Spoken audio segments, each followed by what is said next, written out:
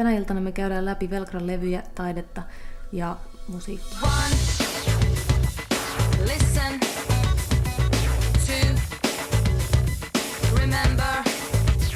Velkra on industrial metallimusiikista ammentava, sanoisin nykyään taidekollektiivi. Mä aina sanon, että se syy, minkä takia mä haluan tehdä nimenomaan popmusiikkia olla popbändissä, on se, että oikeastaan kyse on paljon enemmästä kuin musiikista. Kyse on valokuvista, levyn kansista, esiintymisestä, videoista, kaikesta mahdollisesta. Consequences of Disobedience on meidän eka levy, joka on ilmestynyt marraskuussa 2002. Teemoja, mitä me käsiteltiin, niin liittyy ihan henkilökohtaiseen kasvuun siitä asiasta, että mä oikeasti haluan tehdä musaa ja taidetta ja mitä se tarkoittaa. Jos tekee asiat omalla tavallaan tai vähän eri tavalla, niin silloin voi myös löytää uusia asioita ja tärkeitä asioita itselleen elämässä.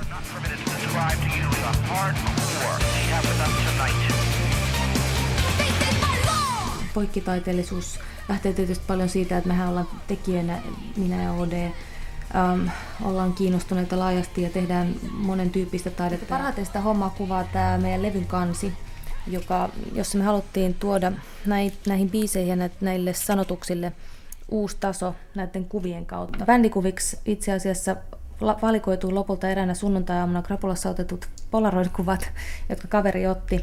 Ja oikeastaan niihin me haluttiin löytää sitä aitoa fiilistä. Ja mun mielestä näissä on, jos joku olisi sanonut, että mulla on ekalla levyllä ei ole meikin hiventäkään, ja mä oon muutenkin vähän silleen, mitä se nyt sanoisi, sunnuntai-aamun fiiliksissä, niin en olisi uskonut. Me haluttiin, että jollakin tavalla kuvallisella tasolla niin kun tuo uutta tasoa tai uutta näkökulmaa siihen, että mistä ne biisit kertoo. Et esimerkiksi Mailohan on aika suora tilitys siitä, että mä haluan tehdä asiat omalla tavalla. Niin esimerkiksi on niin kuin hyvin vaikea varmasti ja raskas valinta olla yhteiskunnassa esimerkiksi transseksuaali. Kokee kovasti, että tällainen ihminen mä oon, mutta jos mä oikeasti kävelee tuon näköisenä, niin kuin, elämä ei ole ainakaan yhtään se helpompaa.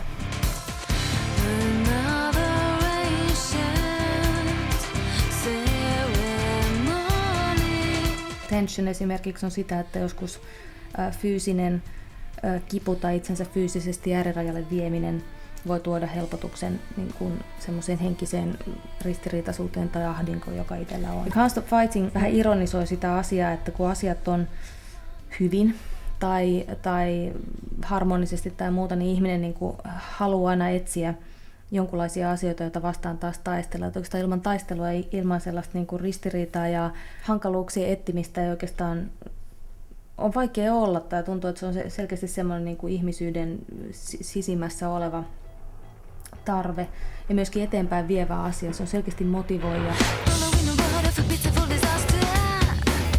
Tällä ekalla levyllä nämä on hyvin paljon tämmöisiä ajatuksia nimenomaan siitä omasta tilanteesta ja omista niin kuin nimenomaan näistä tällaisista, että mitä mä haluan ja minne mä oon menossa ja kuka mua määrää. Consequences of Disobedience oli ehdottomasti halu yhdistää poppia ja tämmöisiä marginaalisempia asioita, heviä taidetta ja kauneutta, rujoutta, väkivaltaa.